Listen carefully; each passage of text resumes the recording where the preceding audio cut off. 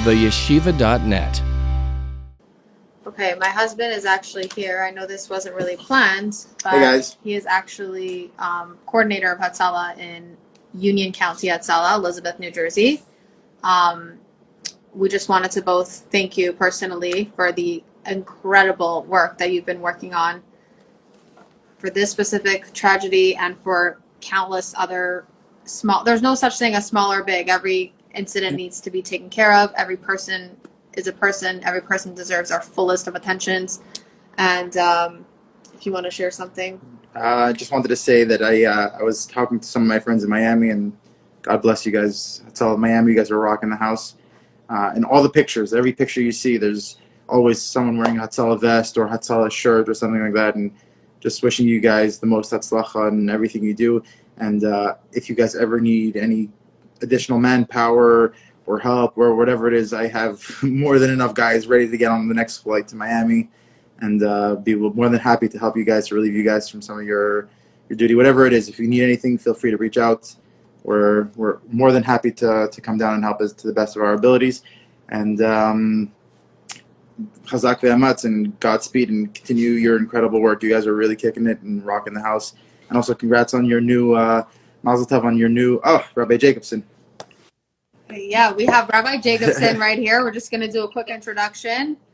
Thank you so much, Yoni. Thank you so much. Joseph. You can totally stay on, Joseph. We love. I just want to say thank you. We feel the love. We feel the chizuk. You guys have been great. We've been receiving calls from Hatzalah members all over the world. I'm sure. There are Hatzalah members that showed up on a plane and just landed and said, here I am, another set of hands. What can I do? And I know I haven't met you yet, but you're my brother because we're working for the same heaven, and we're doing the same mission. And I never understood Hatzalah to be what it is until you're a part of it on this level. So thank you. Thank you for all your guys from out one there. Hatzalah coordinator to the next. Like I said, if you guys need anything, feel free to call. I can get 20 guys on a flight tomorrow morning, and we'll be down there ready to help. We know that, and we know you mean it. So thank you. I'm very serious about that. Okay, thank you so much. I'm gonna listen in from the other room. From the other side. That was a very special treat because Yoni does not like the camera. So thank you so much, Joseph. And I want to introduce the world-renowned speaker, Rabbi Y.Y. Jacobson, who gives his entire soul to the Jewish people by educating and giving all his time to educating the Jewish people in order for us to connect to our core selves and connect to Hashem. So thank you for joining us tonight. Thank you for your very kind words. Thank you. It's my pleasure and honor to be with so many dear brothers and sisters, as we just heard. Yay. Okay, so we have a lot of questions for you, Rabbi. And these questions are more on the spiritual side. I mean, we have some technical questions. That's why I'd love if you could stay with us, Joseph. And then we have the spiritual ones for the Rabbi. Okay, so obviously, it's very, very difficult to understand from a spiritual perspective as believing Jews why such a thing would happen if God is so good and kind. And just how can we process the tragedy spiritually speaking? Wow. Yes, sometimes silence is the best answer. We often feel this need that we have to wrap our brain around things, that we have to rationalize and justify and explain and find answers, because we're looking for something to hold on to. We're looking for some support, for some security, for some safety. It's hard to live in such an unpredictable and vulnerable world, thinking about 50 families, 55 condos of people, grandparents and parents and young and old women and men who went to sleep, something we all do each night. And the least we expect is, to find our beds in place the next morning. And so we desperately long for that type of security and safety. And when we observe the opposite, we want to know, why is this? And what I tell myself and I tell people is that really faith doesn't mean we understand everything. It means that we understand that so much of reality consists of things we cannot wrap our brains around. It does not fit in to our minds, to our hearts, to our expectations. It's surreal, it's unfathomable, it's devastating. And it makes us aware of how vulnerable we are. How many things have to happen right at every single moment of the day within our bodies and within our environment to support life. You know, when we say the blessings every morning, one of the blessings is Baruch atah Hashem rokah haaretz al hamayim. You spread the earth over water. Don't take it for granted. Don't take for granted that I have earth to walk on, that the earth is above the water, not below the water. Don't take for granted that when I get into a plane, it can stay in there, and I don't take for granted that when I'm standing on the floor, it's holding me up. Endless forces of nature, laws of nature that allow for life to happen.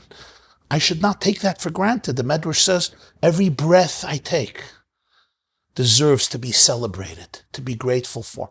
And when we see such an event, it's indeed devastating. When we see such a catastrophe, I spoke today to family members, a friend whose parents are trapped. His father and mother are both trapped in the collapsed tower last Thursday. You know, I spoke to him.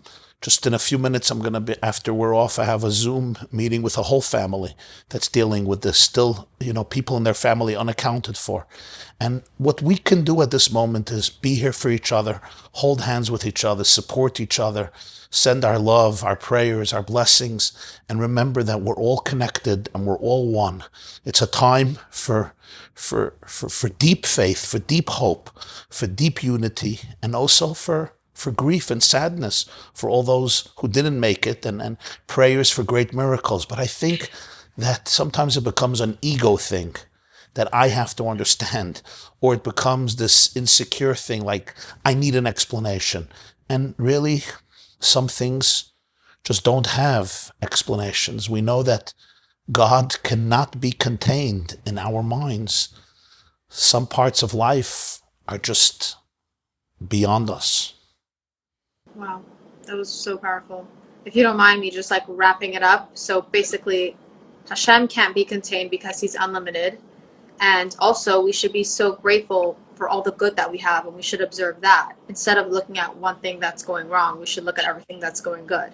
Yeah, listen, it's still really hard to swallow because it's very hard to swallow, and the pain is real. You know, a person who says goodbye to both parents, you know, who died in the middle of the night in such an inexplicable way, and that pain is not dulled. And faith doesn't mean there's no pain, and faith doesn't mean there's no questions. Yeah, and I want to add to that, like they like the building collapsed, right? Then we had the Stalin Shoal, and we also had Meron, and they were all pretty like 2 weeks apart, I believe. Yes. In Meron, it was just Lag BaOmer, which is 2 months ago, literally 2 months ago. This and Mida Keneged Mida, and it's literally 2 weeks apart within each incident. Is Hashem trying to speak to us? And if so, what is he trying to tell us? Wow. That's the billion-dollar question. I should say it's the priceless question. Obviously, as Maimonides, as Rambam teaches us, as Jews throughout history, we really, really have to be able to look at every event and glean lessons from it. To say that something is random and it was just an engineering problem and some cheap people who were not ready to do the repairs that they had to do as fast as possible, yes, there's room to discuss that. It's not just that, because half the building fell, the other half was intact. Right, that's the tip of the ice. That's the tip of the iceberg. That's how things play themselves out in natural mechanisms, but there's an underlying divine message here. The problem is, the challenge is, you know, I'm not a prophet, and I don't know that we have prophets who could pinpoint and say, you know, this is it. But I think each and every single one of us must look inward and become introspective. And maybe two things to focus on is, you know, rebuilding our internal structures.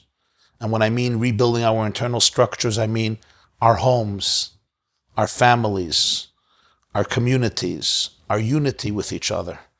Creating those safe spaces where we love each other, where we connect each other, where we banish hatred and toxicity and negativity. And I would say one more thing. And maybe sometimes we have to let go of some structures. And I'm talking now about structures that confine us and cause us to be judgmental and dismissive. We often remain stuck in the quagmire of our comfort zones. And I can't transcend my confinements to open my heart, whether it's to my spouse, to my children, to my loved ones, to my own soul. I become trapped in my own solitary confinement in a holier than thou, judgmental attitude where I become dismissive and I'm not ready to really tune into somebody else's pain.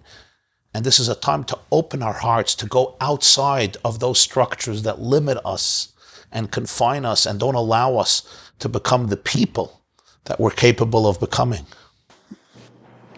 Wow, that was so powerful. And I guess that the structures would be different for each and every single one of us. Right. So no, there are structures that are holy and there are structures that are confining.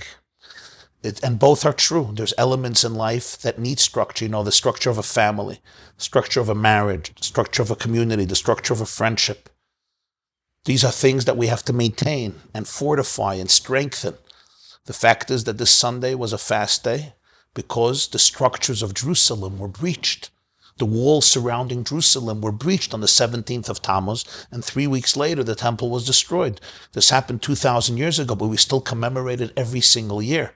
And the point of the fortress around Jerusalem, the point of the structure was, it united the people in the city, it protected them and united them. When the wall was breached, that protection was gone, that unity was gone, that safety was gone. So those are structures we want to hold on to, we want to maintain, we want to develop, we want to cultivate. Is there somebody perhaps that I have wronged? I should apologize. Is there disunity in my family? Are there brothers not talking to each other? Let's make amends. Am I not communicating with my parents, with my siblings, with my sister-in-law, with my brother-in-law, with my nephews? Is there machlokas? Is there strife in my community, in my society? People I don't speak to, people I hate, people I gossip. These are things to rectify. We need to rebuild the walls that unite us and protect us and surround us and turn us into a cohesive entity, because those walls were breached on the 17th of Tammuz. And those are structures that are sacred. Also our marital structures that have been compromised in recent times. Number one. And then there are structures that really limit us. Churchill said that people create structures to facilitate their dreams. And then we become victims to those structures. We create schools to help our children. And then our children become a tool for the school, rather than the school being a tool for the children.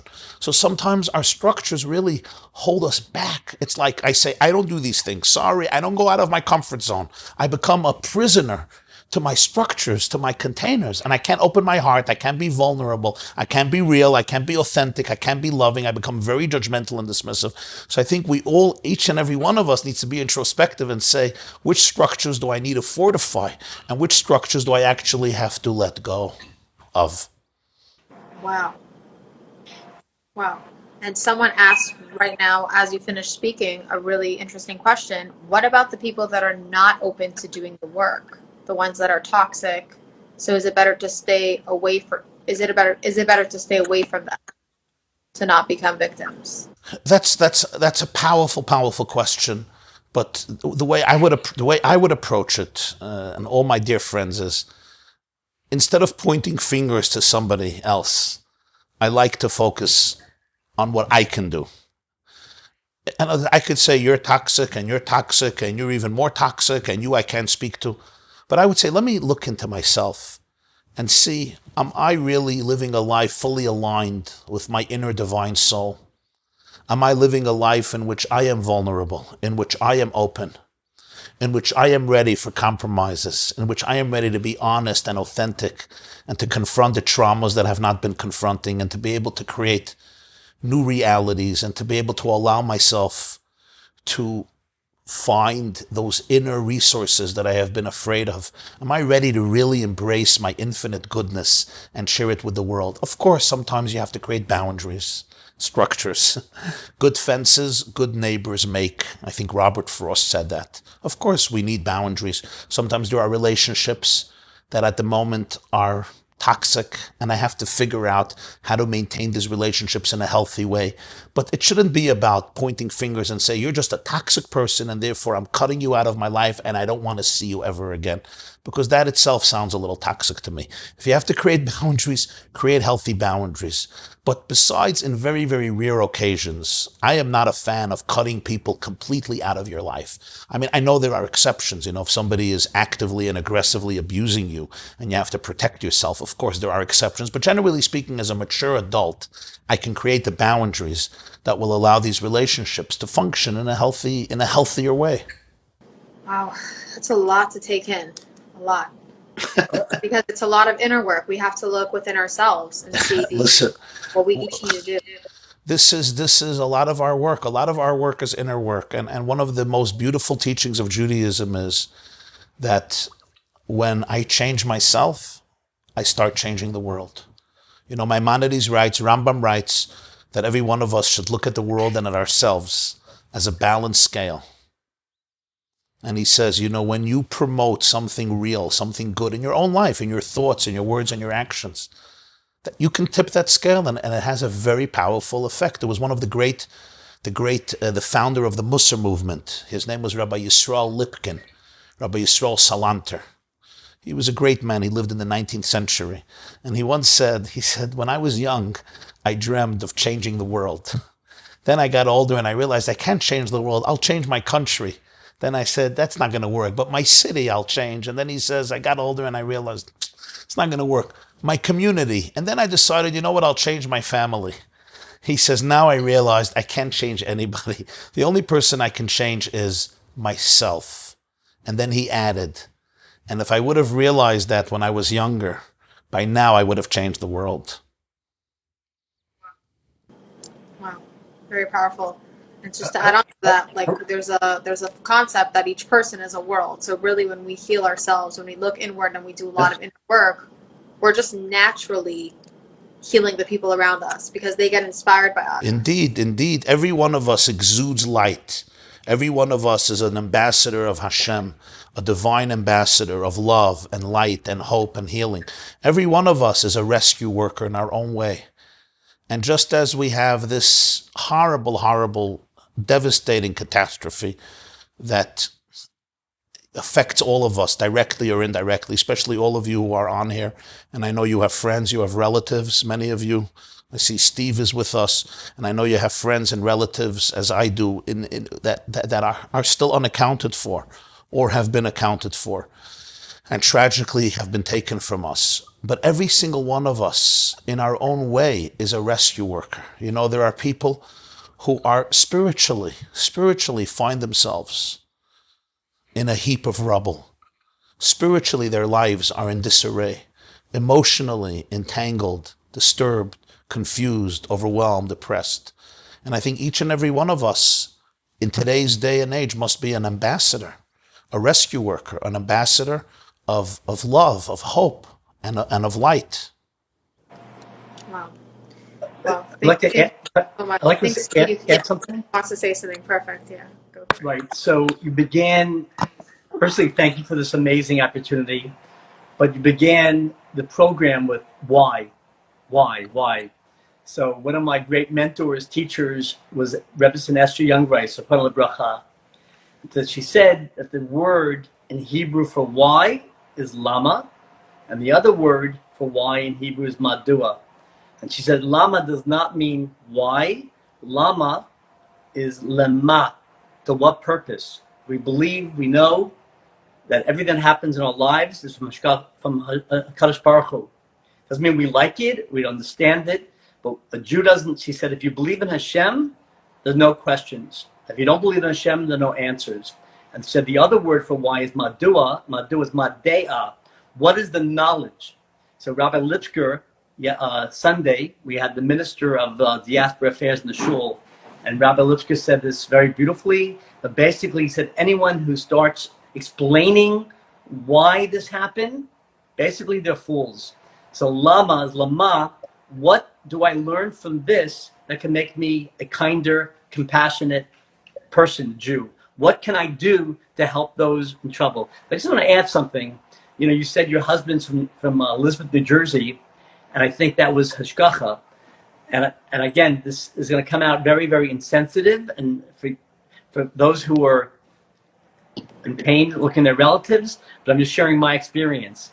My grandmother came from Europe, went through hell, came to America, and she woke up in the morning that the kids should not go to the beach, South Beach, Staten Island. And I just heard this story not many years ago. And it was hot, sweltering heat. The kids went to Staten Island, to South Beach, and there was a riptide, and they saved all of the children except for one child. And that was my uncle, Fievel, Philip Fern. My uncle drowned at 8 years of age. My grandmother, this is before they had counseling or Prozac.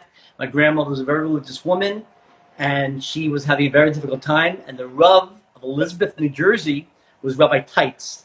And Rabbi Teitz convinced my grandmother at 39 years of age, people started having kids at 39, to have another child. And who was that child? My mother. So 14 years ago, when we had a death in the family, an aunt, and I heard this story from a relative. So I said to my mother, I said, Mom, do you know that you were born because of, well, my mom never heard the story. And all of a sudden, I was able to see behind the curtain of Hashem's ways. That if you would have said to my grandmother, sitting Shiva for an 8-year-old, Mrs. Gross, Mrs. Fern, I know you're suffering tremendously and everything she went through, but you have to lose this child to have 3 children. I have 2 amazing brothers, amazing mothers who are involved in chesed. I could never say this. I remember I heard this from Rabbi Simon Jacobson once. I think it was the sculptor Jacques Lipschitz, Rabbi Jacobson, and he came to Lubavitcher Rebbe, and he went through hell, I think, in the Holocaust, and he had all kinds of questions about Hashem, and the Rebbe said, I can't explain to you why. All I can be to you as a friend. It's not my business, Rebbe said, right? Is that correct? It's not my... So the point is, though, now is not the time to ask why Hashem. And the stars of Hashem Elokeinu and Nicholas Lanu Volnenu, we don't understand. But our job right now is to understand somehow this is supposed to be. We have to be there for people. But I see in my own personal life, and I've started sharing that, by the way, with friends of mine already, family members, if they can hear it, is this too. It's going to be okay. It's going to work out somehow. But the pain is beyond. So. Wow. Thank you so much for sharing that, Steve. Wow. I think also we don't understand, but it's also okay to ask Hashem in personal prayer, please Hashem, send me a sign why, or send me a sign as to what I should be doing in order to improve so that we stop having these tragedies in the world. But you're right, we can't understand because a tragedy is Hashem being concealed. And it's concealment, extreme concealment. And Rabbi, please, if you can add to that. I know this is a very intense topic. Listen, I always tell my students, they say, years ago they would say, we meet Holocaust survivors. And the Holocaust survivors often ask, why? Why did it happen? How can God allow this to happen? And my students would ask me, what do we tell them? And I said, I don't know, but one thing I want you to know, don't give them answers for 2 reasons. First of all, you don't know the answer. And second of all, even theoretically, even if you would know the answer, you think they're asking you an academic, intellectual question? They're asking you a heart-wrenching question that pierces through their entire body and their soul. And the best answer for that is just empathy. Just to cry with them, to hold their hands, to cry on their shoulder, to let them cry on your shoulder, and to be able to be there together. And I think this is, so critical to understand. There's so much of life that is just a transcendent mystery that I cannot comprehend, and I could not fit it in to my faculties. And silence is the most adequate response. Sometimes our response, our reaction is not with speeches and sermons and explanations and rationalizations. It's just a silence and an awe in the presence of the mystery of life and the mystery of death and the mystery of such an event. Yeah. And I think that through silence, we get a lot of answers. If we quiet ourselves down, we're so busy, always in the hustle bustle, constantly running from one thing to the other, not even sometimes without a purpose, just running for the sake of running, doing things for the sake of doing things, that we forget what our goals were. And Shabbos, I think that's the real gift that Hashem gave us. Shabbos, the gift to relax, the gift to just exhale and settle down and listen to that inner voice. And that's where all the real work comes in. Once we hear what our inner voice is telling us, our inner voice, is really a piece of God, and going from there. If we're able to master that feeling that we have on Shabbos and take that for a week, that sense of peace, that sense of quiet, then we achieve personal redemption, which eventually, if everyone achieves that, then we achieve global redemption. So it's definitely a process, but I do believe that these tragedies put us on a halt and just make us reset and completely take a new perspective on life and God and our relationship with the Torah and the mitzvot. A little story, I heard this from Professor Eli Wiesel. He was a Holocaust survivor. He was in Auschwitz. He was in Buchenwald. He received the Nobel Prize. You remember, he was a Nobel laureate. And he wrote many books on the Holocaust. And Eli Wiesel, who was an articulate man, an intelligent man, he was a very close friend of my late father, Gershon Jacobson, whom Steve knew pretty well. And Eli Wiesel, he shared this himself. He said he was once visiting the Lubavitcher Rebbe, Rabbi Menachem Mendel Schneerson, at his office at 770 Eastern Parkway in Brooklyn. And the discussion was faith after Auschwitz.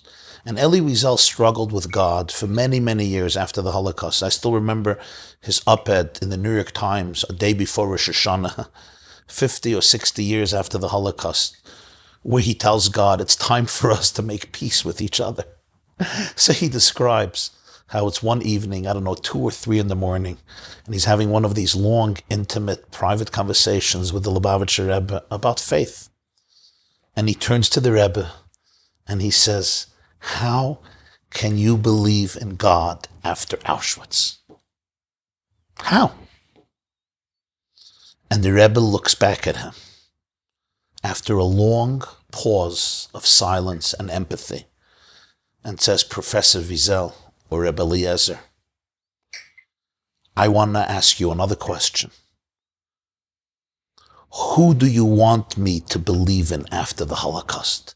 You want me to believe in man after Auschwitz?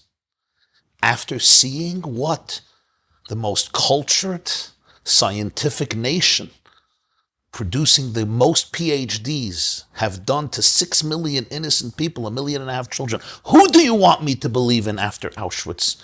You want me to believe in man? If there's any faith left at all after Auschwitz, it must only be in God. I found that to be extremely profound and meaningful, because I think what it really tells us is when we trust man, when we put all of our faith in man, there's terrible disappointment. There was a mother, 12:30, came home and felt the rumblings, and with a mother's instinct, she took her children out. And then you have somebody whom I know who arrived in the building right before midnight. How do you explain these things? And the answer is there's no explanation for it. And ultimately, we have to realize we are so vulnerable in this world. Nobody knows what the tomorrow brings. So should I be anxious? Should I have faith?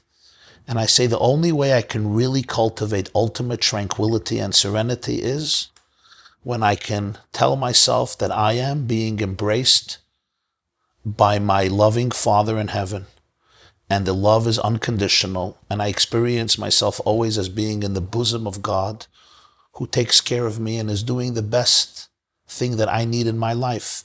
I think that's the ultimate only source of some comfort and solace in a turbulent and challenging world.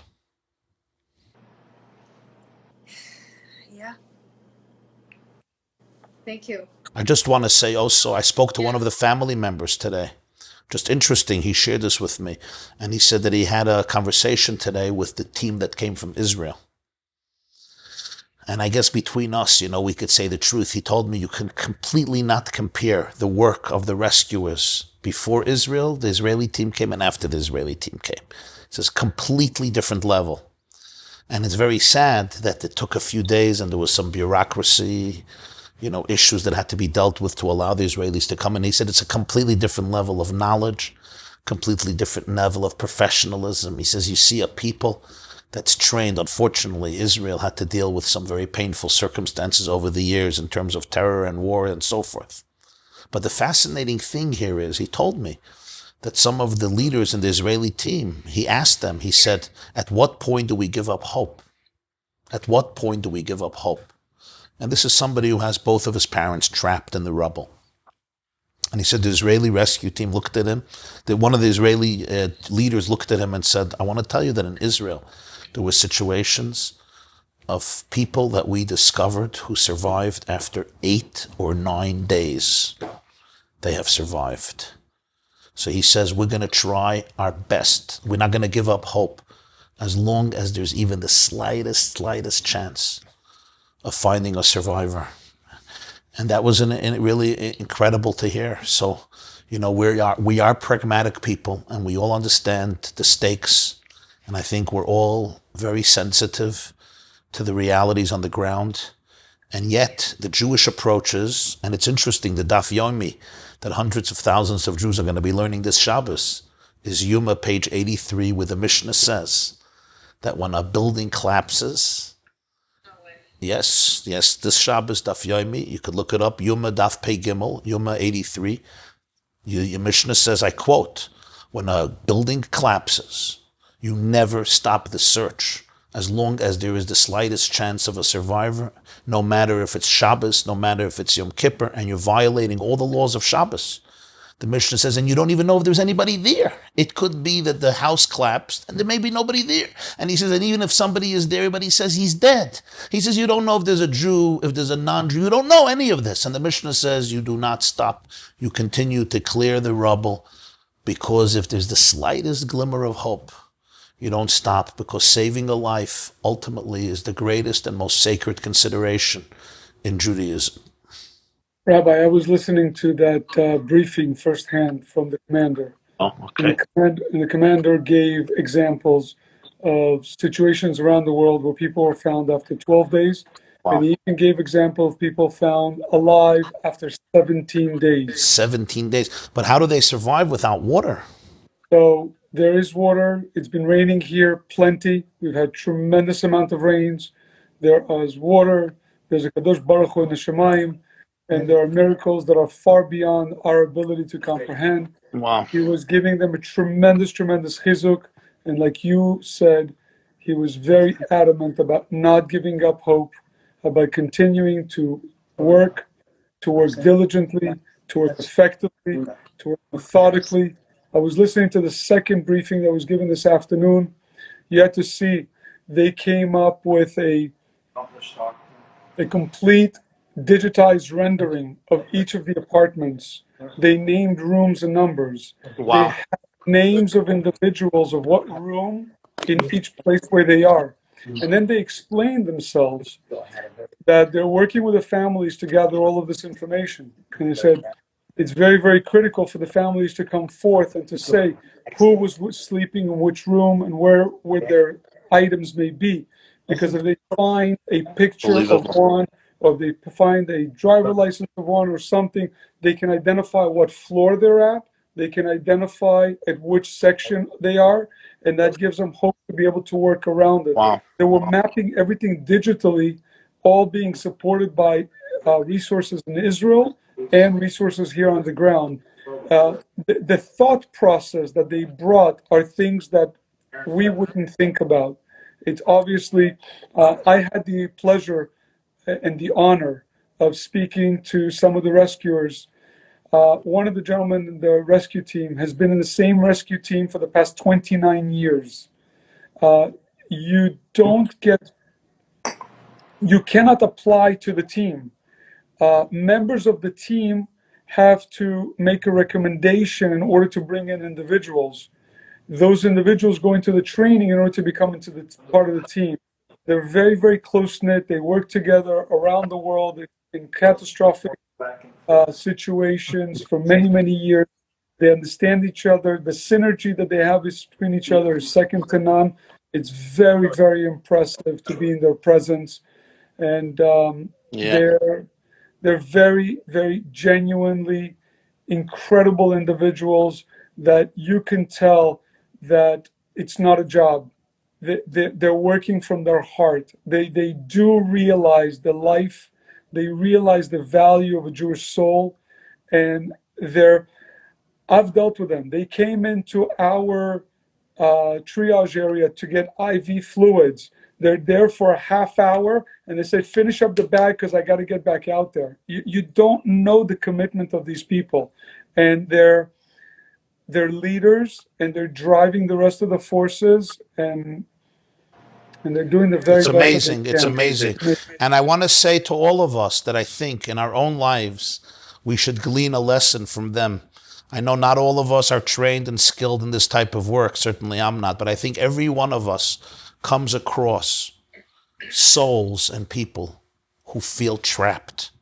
I don't mean physically. I mean emotionally, psychologically, spiritually. Every one of you knows a teenager, a boy, a girl, a young man, a young woman, a child, an adult, an older person who feels trapped, who feels overwhelmed, who feels like their life has fallen apart and there's the debris flying everywhere. And they feel depressed, they feel dejected, they feel traumatized, they feel alienated. And every single one of us must be a rescue worker to be able to help people clean up their own rubble and to be able to emancipate them from that solitariness, from that loneliness, and give them hope and give them love and empower them. This is a work that every single one of us must do today, especially today with so much youth, so many of our youth that feel alienated and feel dejected and feel that they don't have a home, they don't have a structure, they don't have a school, they don't have a community that really could contain them, that can open up their hearts to them. So I think each and every one of us today has that duty to be able to help people, reclaim the majesty and the grandeur of their lives and their futures.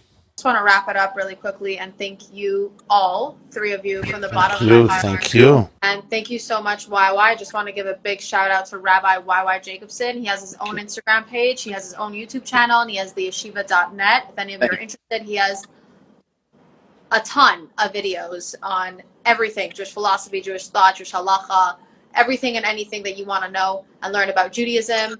And he does so much for the community. And he has a Zoom call after this. I mean, look at the time. He works around the clock. So thank you so much. I believe that spiritual work is equally as important. You're basically doing what Hatzalah is doing on a spiritual level for the neshama, for the soul. And I want to also thank you from the bottom of my heart, Hatzalah. Thank you. You and everyone. Hatzalah is the best. Thank you, Hatzalah. Yes, Hatzalah. Thank you. The best and the brightest and the holiest. Yes. And also, I want to tell you something I said at a Hatzalah dinner. May I? I said this at a Hatzalah dinner. I really feel this genuinely. I said, in the book of Genesis, Cain murders his brother Abel. And then God says, where's your brother? And he says, am I the custodian of my brother? Hashomer achi anochi. I'm not responsible for my brother. My brother has his own life. I'm not a codependent. He kills him and then he says, I'm not codependent. Later in Genesis, Joseph is sent by Jacob to go visit his brothers and see how they're doing. And Joseph gets lost. He doesn't know where he's going. And somebody meets him and says, what are you searching for? And Joseph says, es achai anochi mevakish. I'm searching for my brothers. Cain says, I'm not responsible for my brother. And Joseph says, I'm searching for my brothers. And that's the genesis of Jewish history. So I want to thank all of those because I can wake up in the morning and say, I'm not the guardian of my brother. I got my own life to take care of. Or I can wake up in the morning and say, I'm searching for my brothers. So thank you. Good night. We should hear good news. Chazak, chazak, v'nis chazek. And we should experience the ultimate redemption. This class is brought to you by theyeshiva.net. Please help us continue the classes. Make even a small contribution at www.theyeshiva.net/donate.